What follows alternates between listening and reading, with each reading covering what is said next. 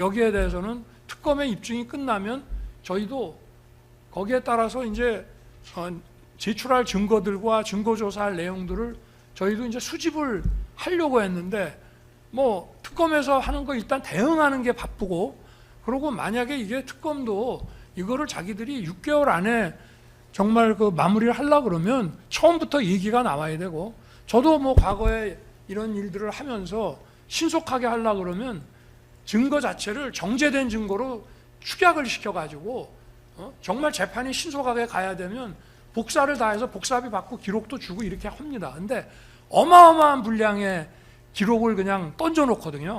그러니 실제로 나중에 가면 철회한다 하지만 변호인들은 증거 동의 여부를 판단하기 위해서라도 그 많은 양의 증거들을 실제 봐야 됩니다.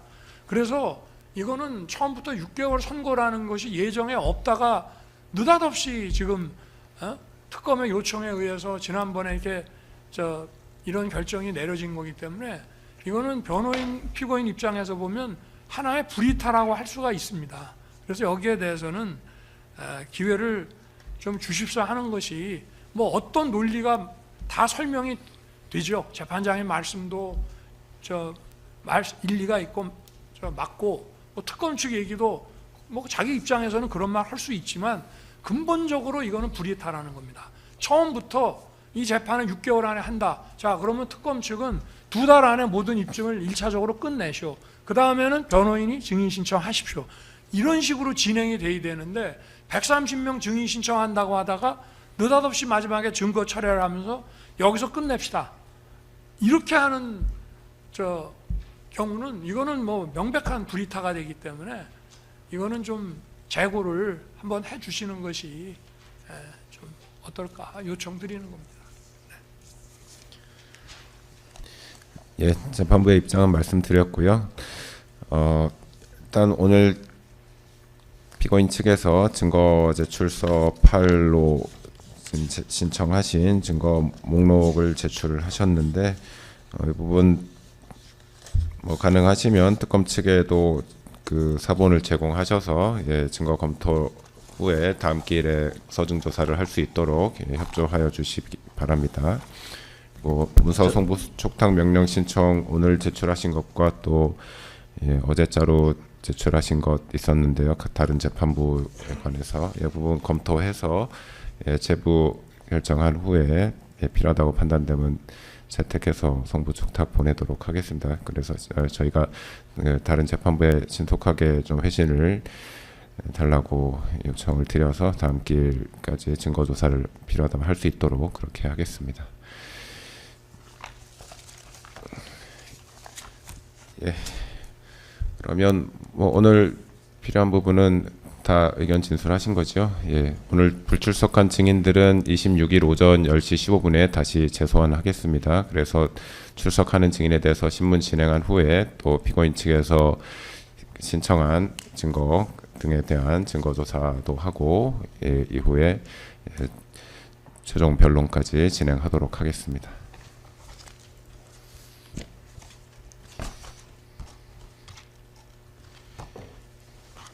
네, 그럼 오늘 재판은 이것으로 마치고 12월 26일 오전 10시 15분에 속행하겠습니다. 2025년 12월 19일 서울중앙지방법원 형사 35 재판 시작합니다. 2025 고압 1010호 피고인 윤석열에 대한 특수공무집행 방해 등 사건 진행하겠습니다. 네, 출석 확인하겠습니다. 피고인 출석하셨고요. 예. 특검 측에서 박옥수 특별검사관님과 이희준, 차병곤, 김다락, 김구혜 변호사님 나오셨고, 변호인 송진호, 배보윤, 김홍일, 유정아 변호사님 나오셨네요. 예, 지난 기일에는 특검 측의 2차 서중조사가 있었고, 예, 피고인 측의 증인 신청이 있어서 증인 신문을 위해서 속행을 하였습니다.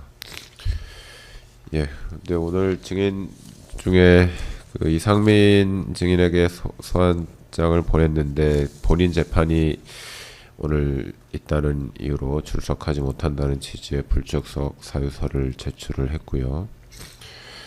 또 최상목 증인은 연락이 되지 않았습니다. 그 증인 신청서에 기재된 전화번호로 문자만 보냈는데 오늘 출석은 안 한 것 같습니다. 조태용 증인에 관해서는 인적사항 추가로 확인을 해보셨나요, 변호인? 저희가 조태현 쪽 아는 사람이 없어가지고 추가로 지금 조금 더 수소문을 하는 중입니다. 네. 일단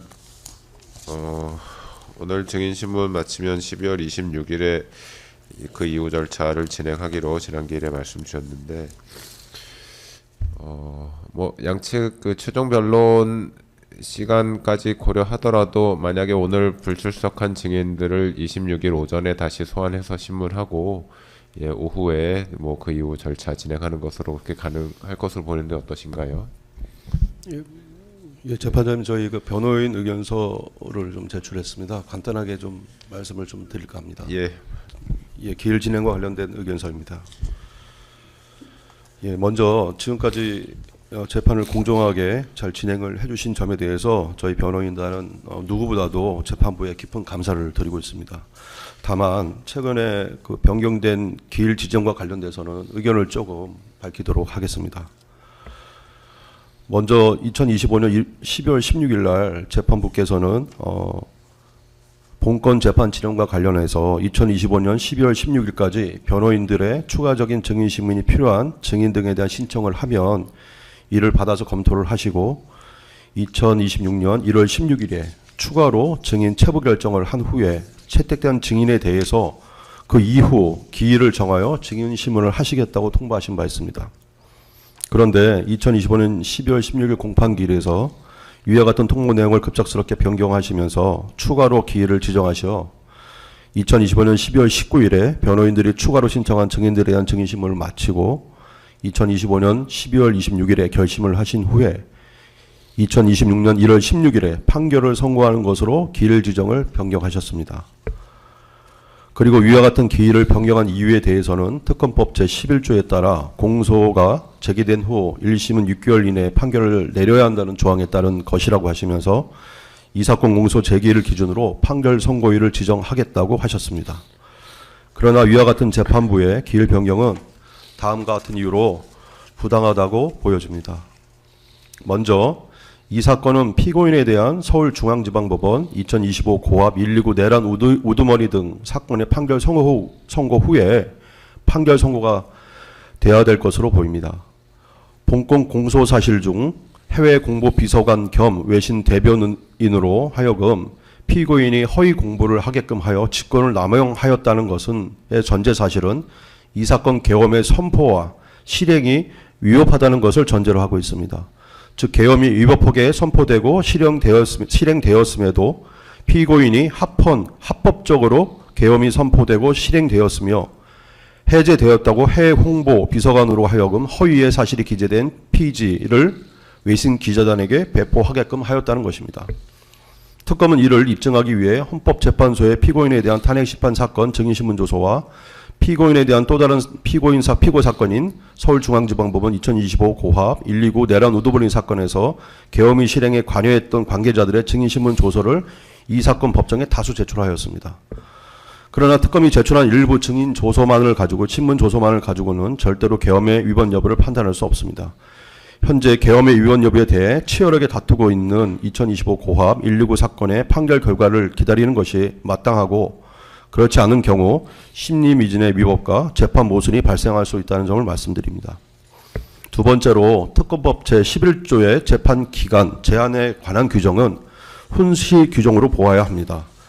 변호인들은 본건 특별법이 위헌이라는 이유로 기재판부에 위헌 심판 신청을 하였는데 가사 본건 특검법이 합헌이라 하더라도 본건 특별법 제11조의 재판 기간 제한 규정은 비록 하여야 한다라고 기재되어 있으나 이는 당연히 강행 규정이 아닌 훈시 규정으로 해석하여야 합니다. 대법원과 헌법재판소는 재판 기간과 관련한 법 규정들은 모두 문헌상으로는 하여야 한다라고 기재되어 있지만 이는 강행 규정이 아닌 훈시 규정이라고 판시해 왔음은 주지의 사실입니다. 특히 형사 절차에서는 신속한 재판을 받을 권리보다 피고인에 대한 방어권 보장을 통한 실체 진실 발견이 피고인에게 더 중요한 형사법적 가치이고 신속한 재판을 강조하다 보면 재판의 졸속을 초래하여 공정한 재판을 받을 권리를 침해할 가능성이 있기 때문에 형사소송과 관련한 재판 기간 제한 규정은 훈시 규정으로 봄이 타당하다고 생각됩니다. 이 사건 특검법 이전에 가장 최근에 있었던 이해람 특검법 사건에서도 이 사건 특검법과 동일하게 1심은 6월, 2심은 3월 이내에 판결을 선고해야 한다는 규정이 있었음에도 1심의 판결 선고는 9개월이 걸렸으며 2심의 판결 선고는 1년이 넘게 걸렸습니다. 따라서 본건 특검법 제11조만을 달리 판단할 이유는 전혀 없습니다. 그런데도 이 사건 재판부께서는 이를 강행 규정으로 이해하시어 이 사건을 반드시 6개월 이내에 판결 선고해야만 하는 것으로 이해하시는 것은 납득하기 어렵습니다. 또 재판부께서는 특검법 제11조 법조문을 강행 규정으로 이해하셔 2020년 1월 16일에 판결을 선고하신다고 하셨는데, 그렇다면 그동안 소송 촉진 등에 대한 법률 제21조를 지키지 못하거나 공직선거법 제270조가 강행 규정이라며 선거범의 재판기간을 규정하고 있음에도 위 조항의 재판기간을 준수하지 않은 사례가 적지 않은 현실을 감안할 때 더욱 그렇다고 생각합니다. 세 번째로 재판부의 기일 변경으로 피고인 측은 방어권 행사 기회를 상실하였습니다. 이 사건 재판 진행 과정에서 특검 측이 서울중앙지방법원 2025 고합 129 내란 사건, 내란 우두머리 등의 사건 및 헌법재판소에 증인신문 조서를 제출하였는데 피고인 측 변호인이 적극적으로 탄핵 증거를 제출하는 등의 대응을 하지 않았던 이유는 피고인의 변호인은 기존의 기일 지정에 따라서 재판부께서 서울중앙지방법원 2025 고합 129 내란 우두머리 등의 사건의 판결 선고를 기다려 그 이후에 이 사건 판결을 선고할 것이라는 합리적이고 상식적인 판단을 하였기 때문입니다. 재판부께서 2025년 12월 10일 공판 시에 위 기존의 기일을 새롭게 변경을 기존의 기일처럼 길과 같이 기일을 지정하셨기에 변호인도 그 다음 기일인 2025년 12월 16일에 검찰이 증거조사 기일 지정을 요청한 것에 대해서 별다른 의견을 재판부에 제시하지 않았던 것입니다. 또한 재판부의 소송 지휘에 따라 그 다음 기일에 증거 인부에 대해서도 미리 준비하여 제출하였던 것입니다. 이는 모두 2025년 12월 12일 날 공판 기일에서 재판부께서 지정한 기존의 기일과 같은 기일 지정을 신뢰했기 때문입니다. 그러나 2025년 12월 16일 날 공판 기일에 재판부께서 급작스럽게 특검법 제11조를 이유로 기존의 기일을 새롭게 지정하셔 판결 선고 기일을 2026년 1월 16일로 지정하셨고 2025년 12월 16일에 기 예정된 증거 조사까지 모두 이루어져 피고인은 특검이 제출한 증거에 대해 동의한 부분에 대해서는 이를 철회하여 부동의할 기회조차 모두 상실하게 되었습니다. 재판부께서 2025년 12월 16일에 급작스럽게 변경한 공판 진행 일정대로 서울중앙지방법원 2025 고합 129 내란 우두머리 등 사건의 판결 선고를 기다리지 않고 이 사건 판결을 먼저 선고할 요량이시라면 이 사건 일부 공사사실의 전제가 되는 계엄의 적법성에 대해서도 피고인 측의 특검의 주장을 충분히 탄핵할 기회를 보장해 주셔야 합니다. 이를 위해 피고인의 변호인은 계엄의 선포 및 실행에 관한 적법성 점에 대해서 입증 자료 및 특검 주장을 탄핵할 자료들을 추가로 제출할 예정입니다. 특검에게 증거 조사의 기회가 부여한 만큼 변호인이 제출한 증거에 대해서도 증거 의견을 진술할 기회를 보장하여 주시기를 요청드립니다. 네 번째로 특검 측의 증거자료 제출을 위해서라도 피고인 측의 증거자료 제출을 위해서라도 추가 기일 지정이 필요합니다. 특검은 서울중앙지방법원 2025 고합 129 내란 우두머리 등 피고 사건 및 헌법재판소에서의 증인신문 조서를 재판부의 증거 서류로 제출하였는데 대부분은 특검의 주장 사실에 부합하는 내용이 기재된 증인들의 증언 내용이 기재되어 있는 것들입니다. 그러나 위 증인신문 조서의 내용은 대부분이 제 전문한 것을 증언한 것에 불과합니다. 즉 대통령의 지시라고 전해 들었다라는 등의 내용입니다. 서울중앙지방법원 2025 고합 129 내란 우두머리 등 피고 사건에서 피고인 측은 당시 대통령인 피고인과 직접 소통한 방첩사령관, 특전사령관, 수방사령관, 계엄사령관, 서울경찰청장, 그다음에 경찰청장, 국방부 장관 등을 우선적으로 신문하자고 하였지만 특검 측은 이 사건 재판부의 입증 계획이 검사에게 있으니 자신들의 입증 계획대로 증인신문을 하겠다고 하여 결국 피고인과 접점이 없는 관련자들부터 증인신문이 이루어지다 보니 정작 대통령과 직접 소통한 주요 증인들은 각 사령관 등의 증인신문은 최근에 이루어져 증인신문 조서가 아직 해당 재판에서 작성되지 않았거나 국방부 장관, 경찰청장, 계엄사령관에 대한 증인신문은 현재 이루어지지도 않은 상태입니다. 반면 특검은 증인신문이 비교적 이른 시기에 이루어진 관련자들의 증인신문 조서를 이 사건의 증거로 제출할 수 있었던 것입니다. 그러나 이러한 증언들은 대부분 전술한 바와 같이 대통령인 피고인과 아무런 소통이 이루어진 바 없는 접점이 없는 증인들에 관한 것입니다. 단적으로 몇 개의 사례만 말씀을 드리면 아직 증인신문 조서가 작성되고 또 제출되지 않은 방첩사령관 여인영의 증인신문을 통해 당시 대통령인 피고인으로부터 정치인을 체포하라는 지시를 전혀 받은 바 없음이 밝혀졌고 수방사령관 이준우의 증인신문을 통해서 당시 대통령인 피고인이 이준우에게 국회의원을 끌어내 의결을 방해하라는 지시를 한 사실이 없음이 밝혀졌습니다. 또한 서울경찰청장 김복식 증언을 통해서 1차 국회 출입문 차단은 조지호 경찰청장의 지시에 의한 것이었고 2차 출입문 차단은 그 자신이 계엄령 등을 판단해서 스스로 이루어진 것이지 당시 대통령인 피고인과는 무관함이 밝혀졌습니다.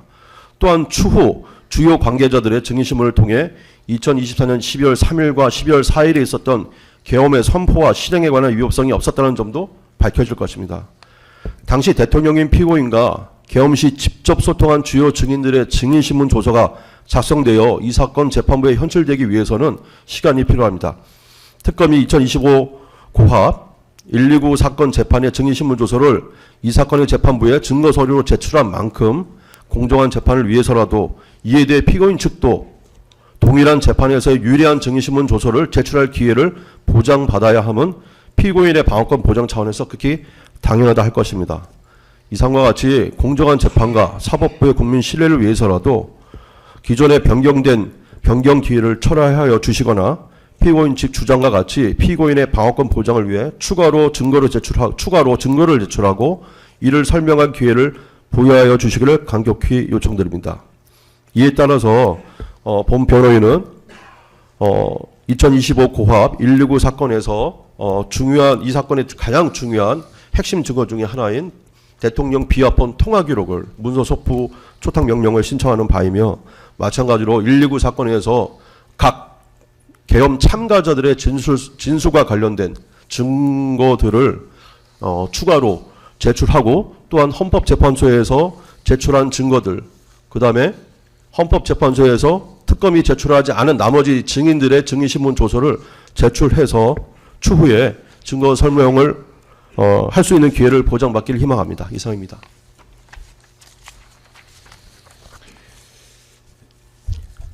예. 문서 송부 촉탁 명령 신청과 증거 제출서도 제출하셨는데요. 이 문서 송부 촉탁 명령 신청한 이 문서는 그 재판부에서 지금 서중 조사가 이루어졌나요? 이루어지지 않았습니다. 이루어지지 않았나요?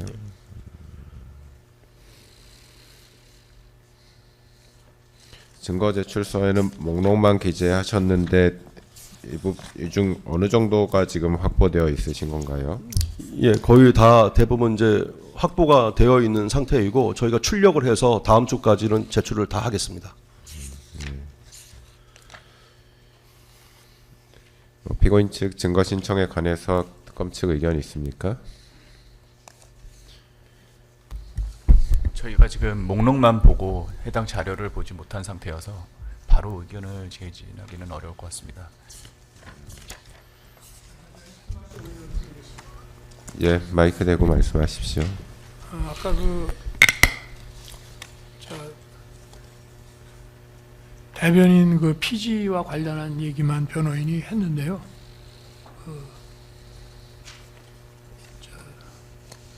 특검에서는 체포 방해라고 이제 공소장에서 프레임을 만들었지만 저희 쪽에서는 위법한 그 수색영장 집행의 저지라는 것으로 저희는 생각을 하고 있는데 그 부분이라든지 또는 뭐 심의권 침해라고 하는 부분에 대해서도 법리뿐만이 아니라 이 계엄 선포의 이 성격이라든지 전체적인 그 흐름을 판단을 해야 여기에 대해서 어떤 법리 판단도 정확하게 할 수 있지 않겠나.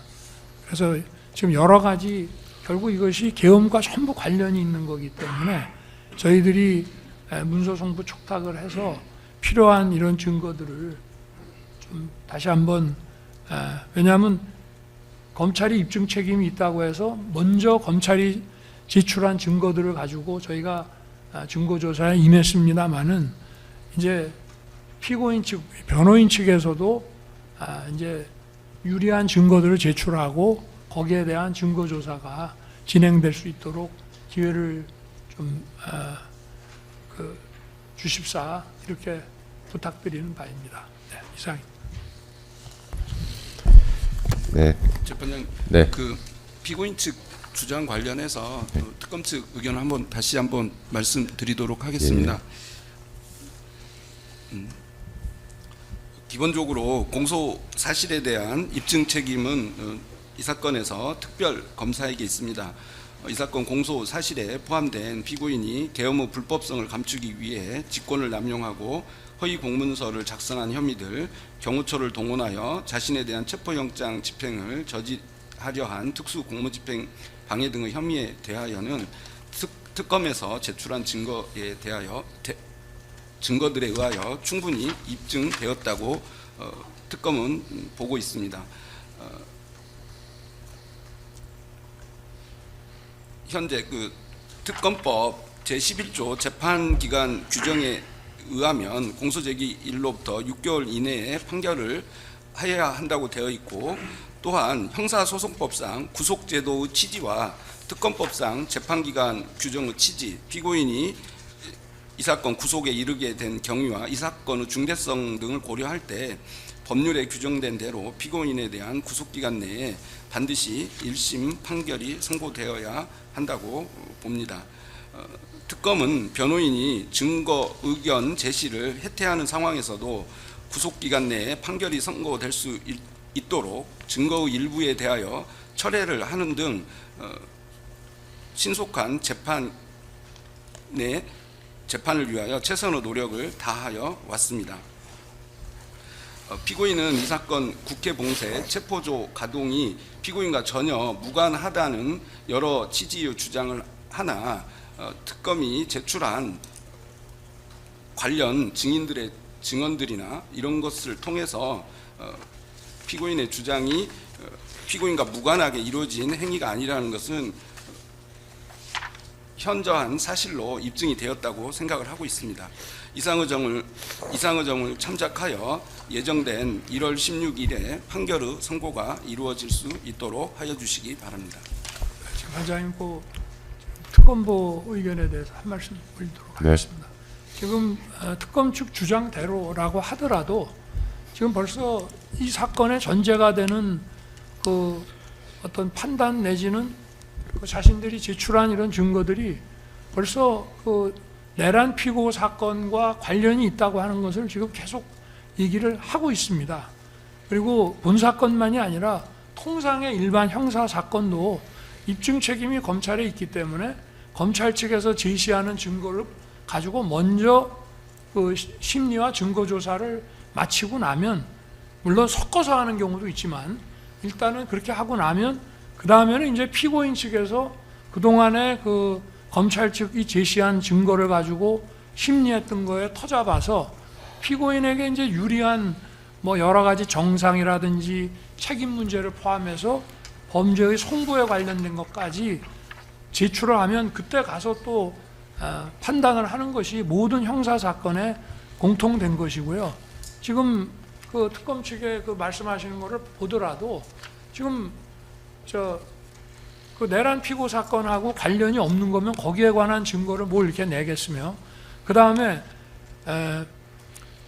이게 정말 강행 규정으로 6개월 안에 끝내야 되면은 그거는 재판이 일주일에 한 4일 정도씩 계속 이어가야 되는데 다른 사건들이 많기 때문에 그렇게 할 수도 없었고, 그리고 검찰 측에서도 재판의 그 신속한 종료를 위해서 최소한 한 2개월 안에 자기들의 핵심 증인들을 가지고 증거조사를 마치고 그 다음에 피고인과 변호인에게 다시 반대의 그 증거를 제출하고 심리할 수 있는 기회를 줘야 되는데, 뭐 어떻게 보면 너무나 많은 증인들을 계속 대가지고 핵심 증인 아닌 사람들에 대한 그런 것까지 저희가 사실은 다 받고 응했습니다. 처음에는 130명의 증인을 신청하겠다고 해놓고 나중에는 이제 철회를 좀 했습니다만은, 그러면은 그 재판 기간 동안에 검찰이 제출한, 아무리 입증 책임이 검찰에 있다 하더라도 검찰이 제출한 증거만 가지고 증거조사를 마치고 그걸로 재판을 종료한다는 것은 어떤 우리나라 형사재판에서도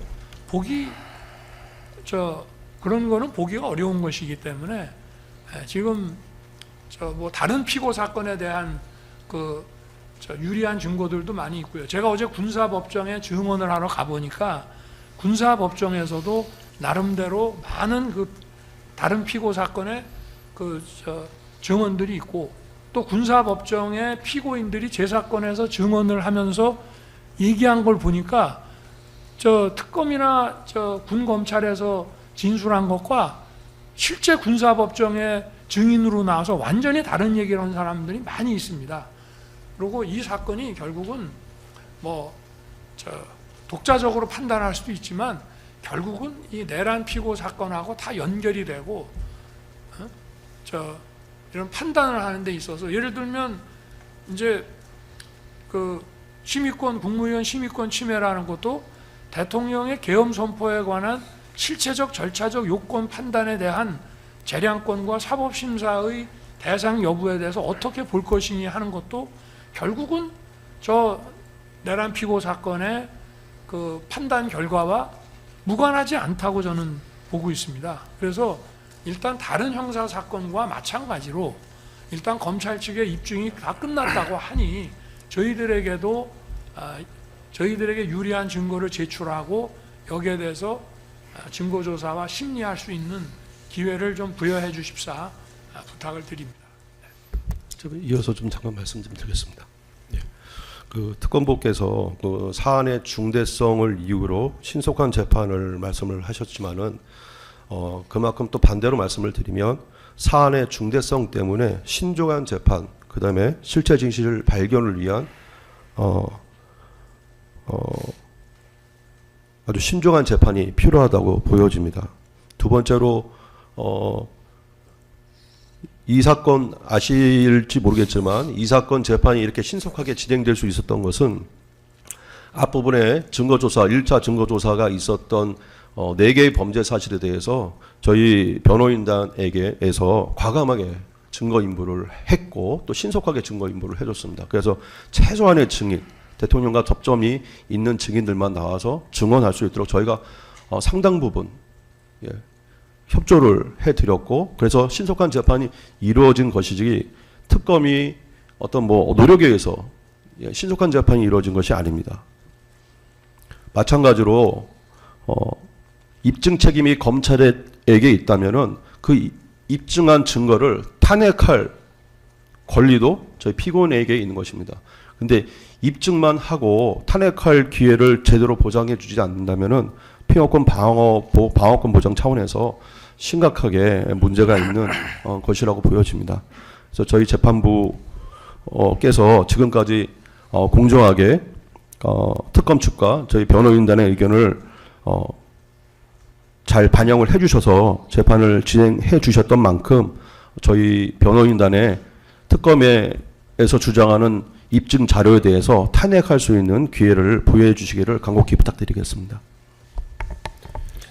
예, 추가로 하실 말씀이 있으면 하십시오. 네, 한 말씀만 드리겠습니다. 지금 피고인 측에서 그 말씀하신 그 부분은 지금 이 사건 재판에서의 그 일부분입니다. 이 사건은 말씀드린 바와 같이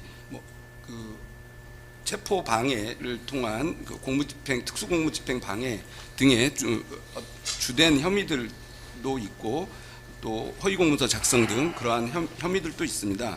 근데 지금 피고인 측에서 얘기하는 부분은 주로 이제 허위 피지 관련한 공보를 통해서 직권남용 관련한 혐의와 관련해서 그 부분에 대해서 뭐 내란죄의 성립과 관련한 더 다툼의 여지가 있다. 이제 이런 주장을 지금 하시는데 그 허위 피지 관련해서는 이미 지난 기일에도 저희가 말씀드린 바와 같이 그것이 내란죄의 성립 여부에 대한 직접적인 것이라기보다는 물론 그것과 전혀 무관하다고는 할 수는 없습니다. 그렇지만 그것이 직접적인 것이라기보다는 비상계엄 선포 과정의 위헌성과 그 과정에서 이루어진 행위에 대한 허위 사실을 공표한 것이고 그것이 그 직권을 남용했다라는 그 부분에 대한 것입니다.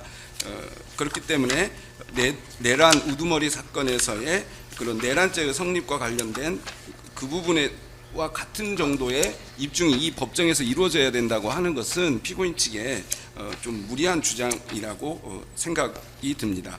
그리고 이 피고인의 비상계엄 선포와 관련해서 그 비상계엄 선포가 위헌 위법적이었다라는 것에 대한 것은 이미 헌법재판소의 결정이 나와 있고 그리고 그 헌법재판소 결정뿐만 아니라 최근에 선고된 그 노상원 피고인에 대한 그 서울중앙지법 판결에서도 이 관련하여 알선수재 개인정보보호법 위반 사건의 선고도 이루어졌는데 그 선고에서도 비상계엄이 이 사건 비상계엄이 실체적 절차적 요건을 갖추지 못하여서 위헌 위법적이라는 전제적인 판시를 한 바도 있습니다. 따라서 이 사건에서 저희가 제출한 증거에 의하여 이 사건 계엄의 위헌 위법성이라든가 그 과정에서의 허위사실 공표 내지 또 국무회의의 심의 절차에서의 그런 그 문제점과 심의권의 침해 부분이 판단될 수 없다고 보기는 어렵다고 생각합니다. 예, 그 점에 대해서 잠깐 말씀을 드리겠습니다. 헌법재판소의 결정을 근거로 해서 이미 이 사건 계엄 선포와 실행이 위법하다는 점에 대해서 말씀을 하셨지만은 헌법재판소에 규정되어 있는 수많은 법령을 어겨가면서 재판이 진행이 됐습니다. 그래서 헌법재판소를 근거로 형사 기록을 가져와서 볼 수가 없다. 그 다음에 해당 기간은 해당 재판 심리 기간은 강행 규정이 아닌 훈시 규정이다. 헌법재판소가 늘 판시해 왔듯이 여러 가지 기존에 해왔던 부분에 대해서 저희가 지적을 했지만 헌법재판소의 이에 대한 대응은 헌법재판소의 절차는 일종의 징계 절차여서 엄격한 형사법 절차가 적용되지 않는다는 입장이었습니다. 그렇다면은 엄격한 형사법 절차가 적용되는 이 재판에서 당연히 다시 한번 그 내용을 다투어 봐야 될 것으로 보입니다. 두 번째로 특검이 공소장을 스스로 이렇게 쓰셨습니다. 그 공소장 내용을 보면은 허위 공보, 직권남용죄, 권리행사 방해와 관련돼서 포고령을 발행했는데 영장주의에 위배됐다. 그 다음에 주요 경찰이 국회 외곽을 봉쇄했다. 수도방해 사령부 병력이 국회에 진입했고 비상계엄 해제 의결 방해를 시도하였다. 육군 특수전 사령부 병력의 국회 진입 및 비상계엄 해제 의결 방해를 시도하였다. 정치인진 법관 등 주요 인사에 대한 반국가 세력 합동 체포조 편성하고 운영을 하였다. 중앙선거관리위원회 등에 대해서 점거하고 서버 반출 및 주요 직원 등을 체포를 시도하였다. 라는 것이 특검 공소장 기재입니다. 그렇다면 만약에 이러한 개개의 사실에 대해서 저희가 다투지 않고 2025 고합 129 사건 내란 우두머리 등 사건에서도 마찬가지로 이 사실들이 다투어지고 있는데 그 1년 동안 치열하게 다투었던 것들보다도 먼저 이 사건에서 이와 같은 피지와 관련된 판결이 선고된다면 이 모든 사실이 사실로서 인정되는 결과를 초래하기 때문에 저희로서는 이 점에 대해서도 동일하게 내란 우두머니 등 사건과 동일하게 다툴 수밖에 없는 상황입니다. 이러한 점을 말씀드립니다. 그리고 재판장님, 송준호 변호사 발언에 대해서 조금만 좀 부가를 할 수 있는 기회를 주시는. 네, 말씀하십시오. 그리고 이제 헌재 판결을 보면은요, 헌재 판결에 전제가 된 그 수사기관에서의 진술들이 그 후에 중요한 것들이 많이 뒤집혔습니다. 그리고 국무회의가 뭐 없었다, 제대로 뭐 한 게 아니다라고 하는 총리의 헌재 증언에 대해서도 그것이 뭐 위중으로 이미 기소가 됐고요. 그리고 이제 이게 계엄령 선포가 효력이 없다, 무효다 이런 판단은 나오지 않았습니다. 어차피 계엄령 선포라고 하는 것은 그 자체가 사법심사의 대상이 되질 않고 국회의 해제 요구에 따라서 그 효력 여부가 결정이 되고, 그건 뭐 해제 요구에 따라 해제를 했기 때문에 뭐 역대 판례에 의하더라도 포고령의 위헌 위법에 대한 사법심사는 가능하지만요. 그리고 헌재에서 탄핵의 주요 근거로 했던 한덕수, 곽종근, 홍장원의 이 진술들이 사실은 그 내란 피고 사건에서 허위임이 다 밝혀졌습니다. 그러니까 뭐 헌재는 시간 제한이라든가 대통령에 대한 그 헌법 준수 의무에 관한 그런 어떤 그 징계 사건이라고 보고 판단을 한 것이고, 여기는 엄연히 형사 재판이기 때문에. 그리고 아까도 뭐 특전사에 무슨 국회 봉쇄하는데, 특전사가 그 92명이 들어가서 마당에서 민간인들한테 계속 폭행당하고요. 뭐 억압한 것 자체가 없는 데다가 계엄 해제로 철수를 하면서 즉각 철수를 했습니다. 그러면서 거기 있는 시민들한테 공손하게 인사를 하고 떠난 것이 다 나왔습니다. 그러면 국회 마당에서 특전사들이 했던 거, 또 국회 안에 들어갔지만 소화전을 뿌리니까 계속 도망다니고 한 거, 이런 걸 보면은 특전사가 어떤 임무를 가지고 국회에 들어갔는지 너무 명확하게 있는 것을, 그거를 왜곡을 해가지고 이렇게 주장을 하고 공소장에다가 잔뜩 저런 거를 써놓고, 그럼 이런 상태에서 저희가 여기에 대해서 피고인에게 유리한 증거를 내고 탄핵하고 하는 거 없이 지금 이런 공소장을 전제로 해서 이 형사재판이 끝난다고 하는 것은 다른 통상적인 형사재판하고 비교해 봤을 때 이거는 좀 피고인에게도 피고인의 입장에서 증거를 제출하고 심리할 수 있는 기회를 부여해 주심이 좀 바람직하지 않겠나 하고 재판장님께 말씀드립니다. 재판장님, 네. 배보임 변호사입니다. 예. 추가로 한 두 가지만 보충해서 말씀드리겠습니다. 먼저 특검법께서 헌법재판소 판결의 절차적 실체적 요건이 헌법 위반이 된다는 부분을 최근 판결을 하면서 말씀을 하셨는데, 그 헌법재판소의 그 판결은 실체적 요건이나 절차적 요건의 계엄에 관련해서는 이 형사법적인 증거법칙에 따라서 판단한 것이 아닙니다.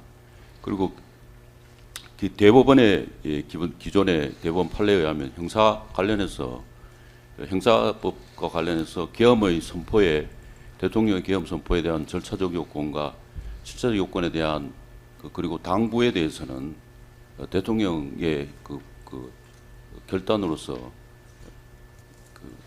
당부 판단에 대해서는 사법심사의 대상이 아니고, 다만 이제 국헌 문란이 해당이 되느냐의 여부에 대해서는 명백히 위법 여부에 대한 경우에는 판단할 여지가 있다라는 것이 대법원의 일관된 판례입니다.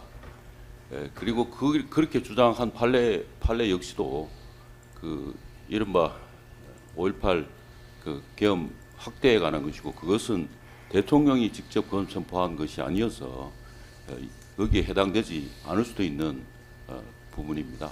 그래서 이 문제와 관련해서 형사법적으로 내란 여부에 대해서 관련해서 그 계엄 선포의 대통령의 적법 요건에 해당되느냐 여부나 이 부분에 대해서는 지금 내란 사건에서 그 판단이 될 문제이고요. 그리고 또 하나는 그렇기 때문에 그 헌법재판소의 판결을 가지고 형사재판을 원정에서 한다는 것은 맞지 않다고 생각이 되고 법원에서 이 사건 관련해서 독자적으로 판단 대상이 된다고 말씀을 드립니다. 그래서 그것에 대한 것은 그 내란 사건에서 해야 될 문제고요. 그다음 두 번째 말씀드리는 것은 그래서 첫 번째 말씀드린 거 와서 그 심리와 119 사건과 관련이 있기 때문에 그 부분에 대해서 주장하신다면 특검에서 주장하고 있고 그래서 그렇다면 119 사건의 판단 결과와 관련해서 그 같은 심리 후회한다는 것이 저희들 주장입니다. 두 번째로 지금 특검보께서 말씀하시는 특공방 사건의 경우에는 여기 직접적인 관련 1, 2 사건이 관련이 없다고 말씀을 하시는데 특공방 사건에 있어서 핵심적인 것은 공수처가 그 체포영장 신청하고 집행한 그 신청한 청구한 사건입니다. 그래서 이 사건에서도 마찬가지지만 119 사건에서도 그 이유로 인해서 구속 취소가 된 예가 있고요. 119 사건에서 결국은 그 수사건이 그래서 그 사건의 119 사건에서도 그와 같은 그 특검이 공수처가 한 수사와 관련해서 그 수사로 인해서 이루어진 증거에 대해서는 위법수 증거라고 해서 저희들이 주장하고 있습니다. 마찬가지로 이 사건에 의해서 그 수사권 문제라는 부분이 위법하다고 하게 되면 없다고 하게 되면 그 위법 수집뿐만 아니라 이 사건에 있어서 그럼 정당한 직무 집행이냐라는 부분이 쟁점이 되어 있습니다. 저희들이 주장한 바가 있고요. 그렇기 때문에 이 사건이 그 문제와 관련해서 직접적으로 관련이 있는 문제이기 때문에 이것은 전혀 달리 판단할 수 독자적으로 판단할 수 있다라는 것은 타당하지 않는 주장이라고 생각이 됩니다. 그래서 이와 이런저런 점을 고려하셔서 그 피고인으로서 방어권 행사에서 충분한 신속한 점은 신중한 심리 중대한 사건인 만큼 피고인의 방어권 보장이 훼손되지 않고 실적 진실을 다 확인하고 판단함이 마땅하다고 생각이 돼서 저희들이 신청한 것을 다시 한번 제고해 주시기를 요청드립니다. 재판 추가로 좀 말씀을 드리겠습니다. 송준호 변호사입니다. 재판을 그 6개월 이내에 만약에 특검 측에서 끝내시려고 하셨다면은 처음부터 재판의 모든 기록들을 다 복사하셔서 변호인 측에 제공을 좀 해주셨으면은 신속한 재판이 이루어질 수도 있었습니다. 근데 저희가 재판장님께서도 아시다시피 소송 기록을 복사하는 데만 다른 사건들 저희가 이 사건만 하고 있는 것이 아니라 다른 사건들도 다 하고 있기 때문에 여력이 도저히 발생하지가 않아서 재판 복사하는 데만 거의 2달을 소요됐습니다. 실제로 이 재판은 4개월 정도만 진행이 됐습니다. 그 4개월조차도 거의 대부분의 모든 기간, 거의 대부분이 아니라 거의 모든 기간이 특검의 입증 계획에 따라서 특검이 입증하는 데만 시간이 다 할애됐습니다. 그렇다면 변호인에게도 이를 탄핵할 수 있는 그 정도만큼의 시간을 할애해 주시는 것이 공정한 재판의 원칙상 타당한 게 아닌가라는 생각 좀 듭니다. 예, 유정아 변호사입니다.